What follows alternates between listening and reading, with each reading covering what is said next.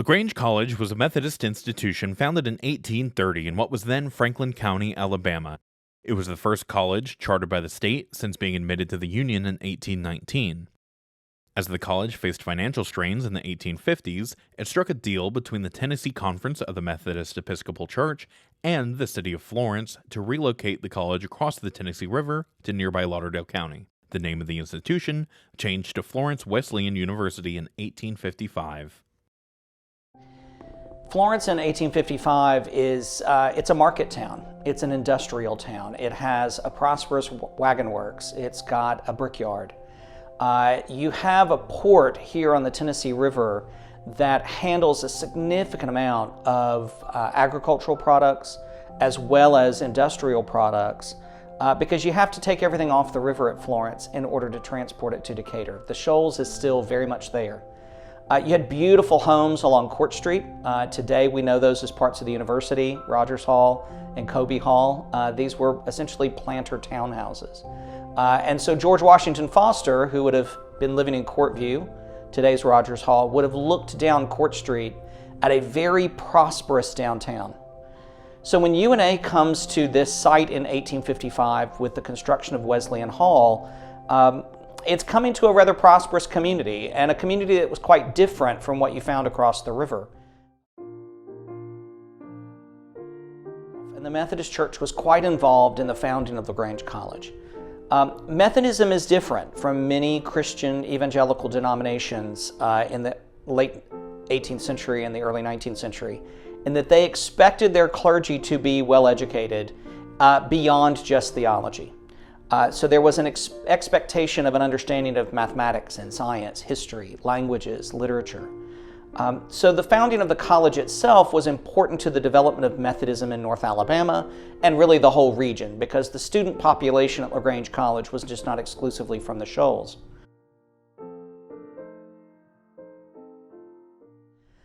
Septimus Primus Rice is probably one of UNA's most phenomenal educators as part of our history. He comes to LaGrange College in 1851. He's a student. It just takes him 2 years to complete his degree. And the next year he's appointed as a professor in pure mathematics, which I can only assume meant that he was really a mathematical genius. Rice continues to teach at the college. He ultimately marries a young woman from Florence, actually the daughter of the mayor. And while he's here, at different times, he's actually the only professor on faculty. He keeps the college open during the war, and of course at the time, the university only allowed male students, so many of them were called into military service, volunteered for military service. So he only taught just a handful of young men. But I really think in some ways he's the reason that the college survives. He remains at the college even through a period after the war in which the college is in just dire financial straits. And when the university properties are turned over to become the State Normal School in 1872, he's actually appointed as the first president of the State Normal School.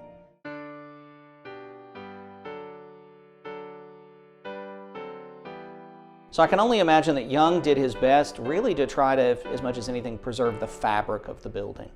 And so the fact that the buildings remain, that they're never burned, unlike the original LaGrange College site that's now on LaGrange Mountain, that was burned during the war. Wesleyan Hall never was. And so Young did what he could do. There were very few students. Rice was technically the only faculty member. Young, of course, did not teach. He had another full-time job with the church. So I think they were really just doing everything they could to make sure that after the war there was a building that the life of this college could come back to. Sullivan Ross is one of the most prominent figures to have come through the Florence community. He's best known as being the 19th governor of Texas, and he was a Confederate Army general during the Civil War. His family had moved all over. He was born in Iowa, and he ended up in Texas, spent some time in Missouri, and he had 2 brief years in Florence. The story of him coming to Florence is a little murky. We're not exactly certain why he ended up here, but his admission to the institution is kind of a funny story. He originally was denied admission because he did not have the appropriate mathematics scores, according to the faculty at the time.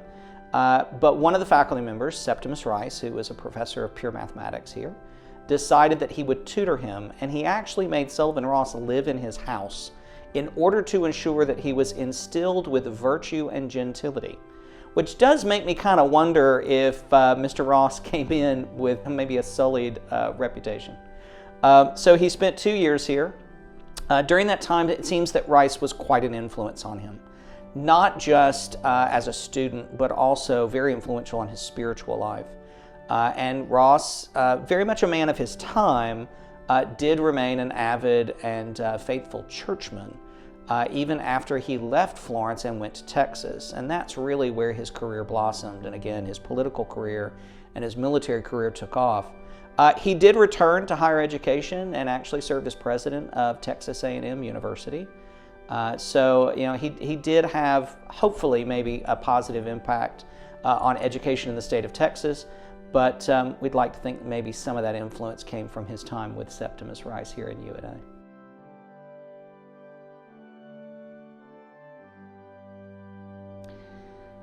So when we become the state normal school in 1872, one of the most significant differences that you see is the admittance of women, and that makes UNA the oldest four-year coeducational state-supported institution south of the Ohio River, and the oldest coeducational teachers college in America. So the arrival of women on campus would have been, to many, a unique experiment. Local churches were extremely important for that female student population because they didn't live on campus. They had to live in the community, many in boarding houses, but also many lived in kind of, you know, boarding situations with local prominent families. Their parents are sending them off to school and they were studying to be teachers, and it was important that they live in homes that were reputable and decent, where their virtues could be monitored and protected. So a church attendance would have been important.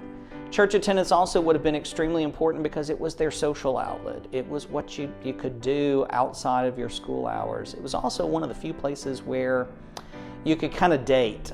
So a date to church was not an uncommon thing. Even after the university starts to grow and we start having on-campus dormitories, we restrict female students to being out of the dorms after 8:30 at night. So you really couldn't go on dates at night. They would often go on breakfast dates, but one way you could get an exemption to those curfews was through church activities. So the churches often hosted dances and social events for the students on campus. And of course, you know, our faculty, our staff, our students, and our administrators, many have considered First Methodist to be their church home. I can still today walk downtown and see the children of many of my colleagues at the day school, and the activities of the church and all of our downtown churches really significantly influence the lives of our current student population. Many of them are looking for spiritual guidance, and so the church's support of on-campus activities and their sponsoring of activities that attract our students continues to be extremely important today.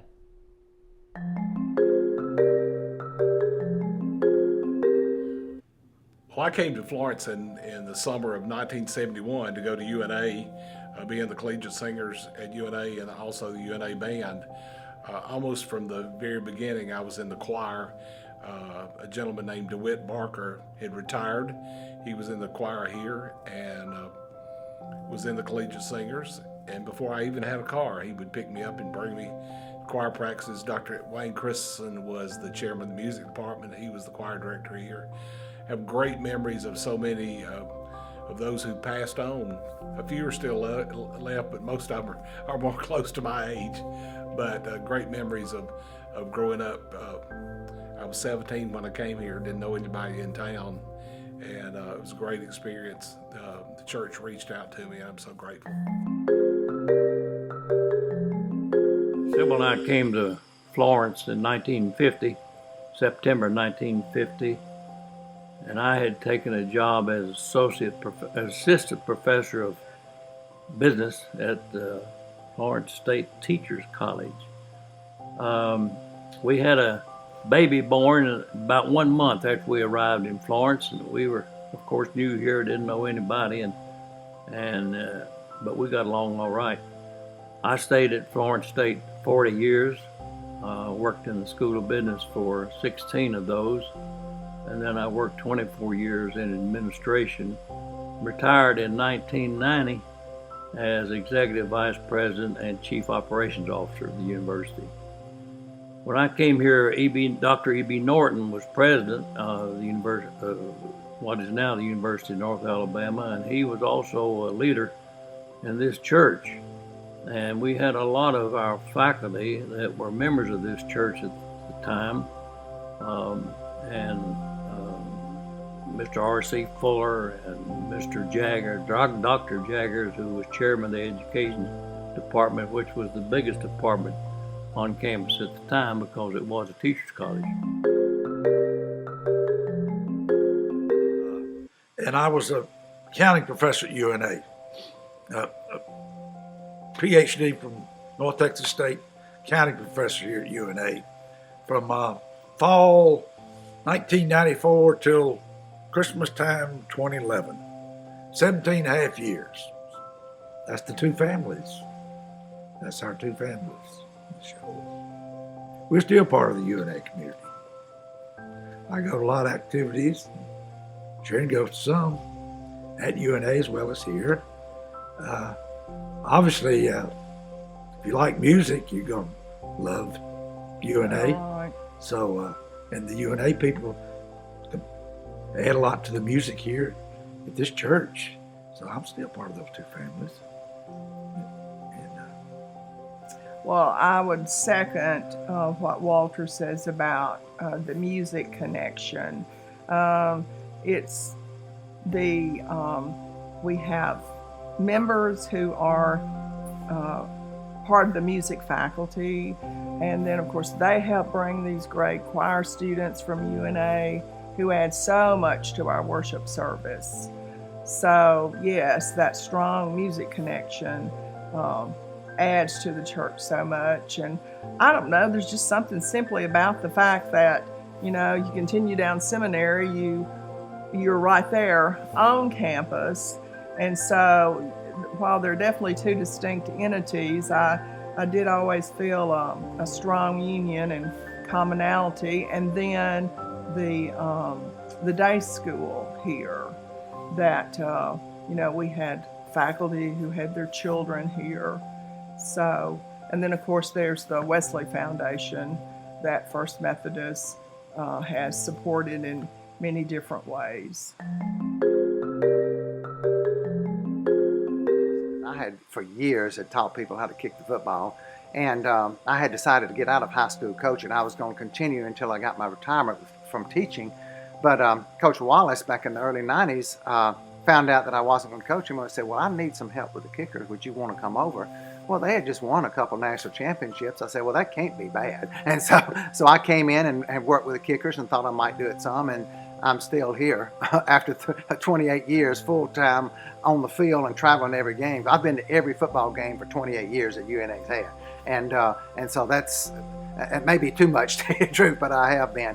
But with the Wesleyan Foundation, because we donate to the Wesleyan Foundation through our Sunday school class. I'm sure some of the other classes do. And you get the concept there of LaGrange College being a Methodist school that started years ago, and then it moved to the site where UNA is now. And I bet you they wish they had a little bit more clarity about a little bit more land space because they need it really bad over at UNA.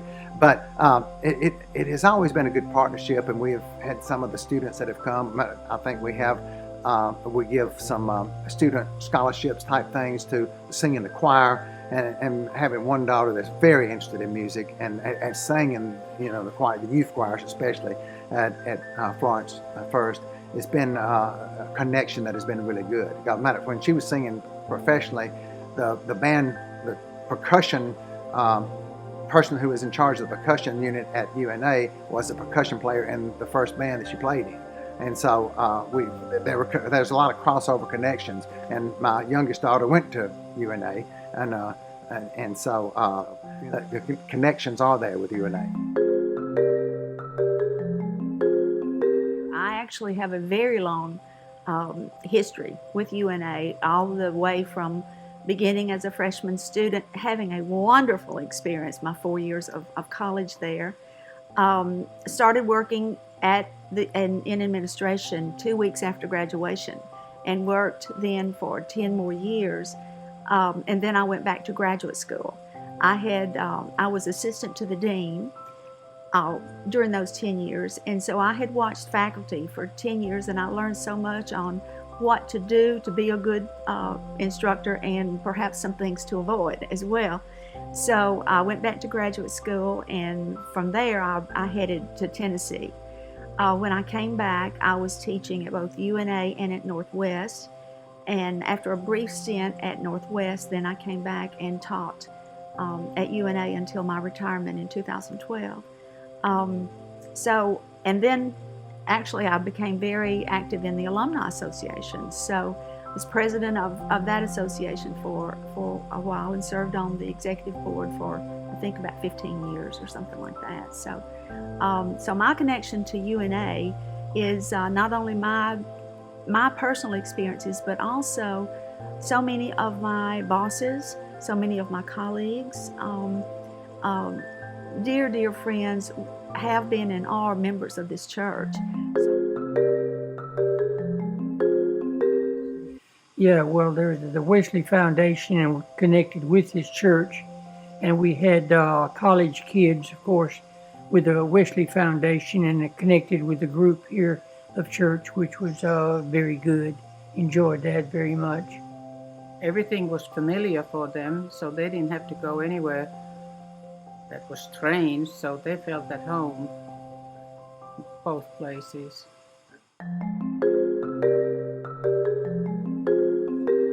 Okay, well, I grew up here in Florence. I've lived here my whole life, so when I was ready to go to college, that was just where I thought I was supposed to go to college. At that time, it was Florence State College, Florence State University, okay. And so that's where I actually met my husband, Terry. He is from New Mexico, and he was here on a football scholarship. So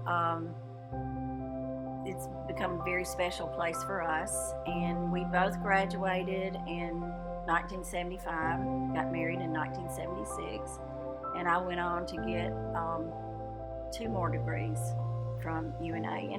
And we try really hard to support the college, and we do some things through the Alumni Association where we always attend the Lions Under the Lights with the Alumni Association, and there's he's real involved in, there's a lot of reunions that are taking place with the football players, so he keeps us in touch with a lot of people that he went to school with. And of course, I'm friends with a lot of people here in Florence that went to UNA. To me, it's very special. I could have gone. My dad even told me after we started dating that, hey, if you want to go on to Auburn, you can. I said, no, I'm good here. But I think it was a great place. I was in elementary education, and I don't see that there would be any need to go out of town if you're going to get a teaching degree. And so I'm glad I stayed. I'm glad I stayed here in town. I mean, I know that we have a lot of faculty that have come here. We've tried really hard to be a bridge for the UNA students because we are so close. I do see that happening now. We've got, several of the choral students that are here. I would like to see more of a connection to UNA because, we're just right at their back door. And that, to me, that would be a plus that if we could bridge that somewhat more. But I would love to have a college class, a group. We've tried that, and we haven't given up on it. And I was a part of that. We call it the Fold. I would love to see that expand. I think things are all going in the right direction. We've got